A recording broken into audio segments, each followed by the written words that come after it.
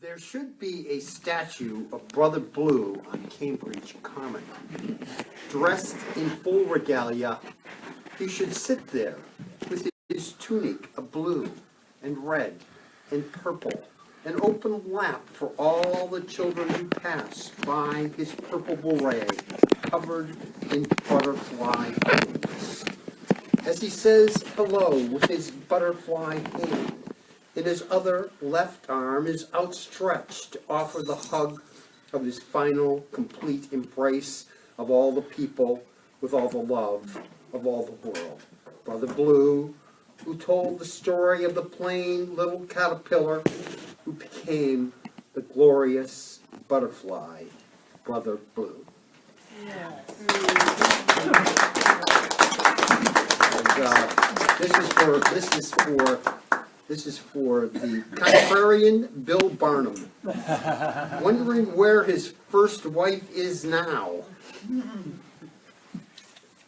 Bill lived for 2 or 3 years with his first wife, Joyce, in New York City in the 1950s in a house full of female impersonators. And across the hall lived a prize fighter who became a cross-dresser too, who would go down to the waterfront and pick up sailors and beat the crap out of them if they wouldn't have sex with her. And then there was Tom, internationally known artist, work hanging in China, who, trapped in an alley by a mugger, told his attacker, "If you're such a man, go over to the brick wall and punch a hole in it." And of course, the guy did, and he broke his hand.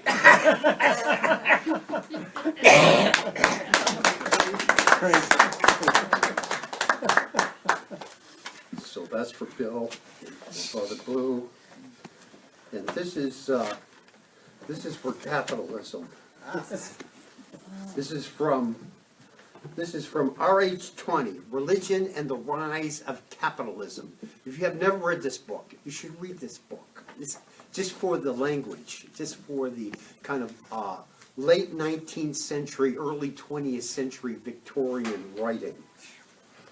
He says here, "The quality in modern societies which is most sharply opposed to the teaching ascribed to the founder of the Christian faith lies deeper than the exceptional failures and the abnormal follies against which criticism is so most commonly directed. It consists in the assumption, accepted by most reformers with hardly less naivete than by the defenders of the established order, that the attainment of material riches is the supreme object of human endeavor and the final criterion of human success. Such a philosophy, plausible, militant, and not indisposed when hard-pressed to silence criticism by persecution, may triumph or may decline.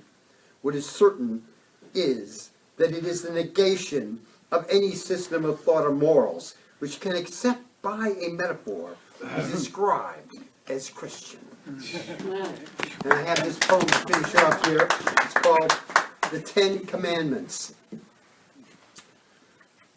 The 10 Commandments was on TV, containing the one about not coveting thy neighbor's wife, or daughter, or cow, was the claim of everyone on it all.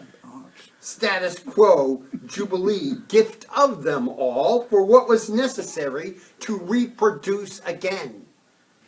In seventh great-grandfather's brick church, the commandments became the iconic remnant as the Holy Virgin Mother long was chased out, and even the cross of the sun, much less the sun on the cross itself, flew away out of vanishing point vision, up and away, until they plunked down a stone engraving at the door of the courthouse, separated from religion, supposedly at least at birth of the independent movement, American experiment.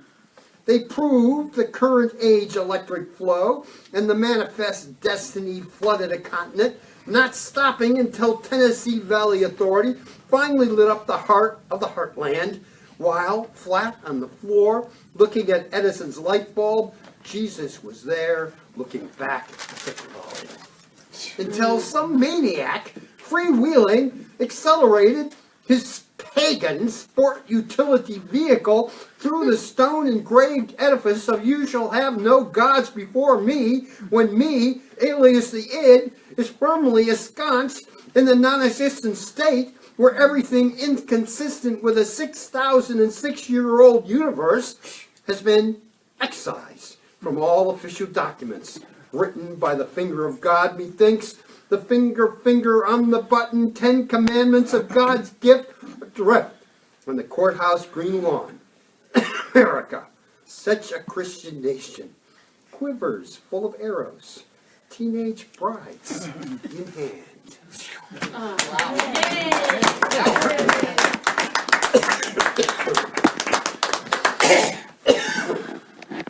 The empire's over.